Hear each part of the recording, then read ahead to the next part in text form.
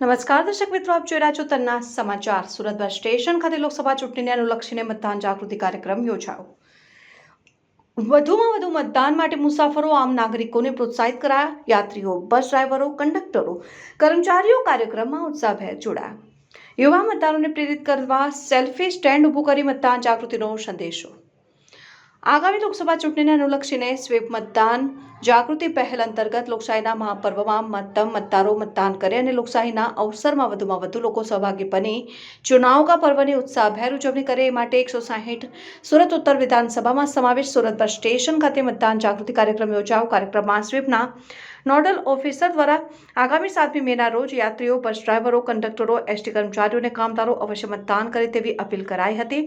યુવા મતદારોને પ્રેરિત કરવા બસ સ્ટેશનમાં સેલ્ફી સ્ટેન્ડ ઊભું કરી મતદાન જાગૃતિનો સંદેશો અપાયો, જેમાં યુવા મતદારોએ મતદાન જાગૃતિ માટેના કટઆઉટ પર સેલ્ફી લઈને અવશ્ય મતદાન કરવા માટે પ્રેરિત થયા હતા. સાથે જ કાર્યક્રમમાં ઉપસ્થિત સૌ કોઈએ ફરજિયાત મતદાનના સામૂહિક શપથ ગ્રહણ કર્યા હતા.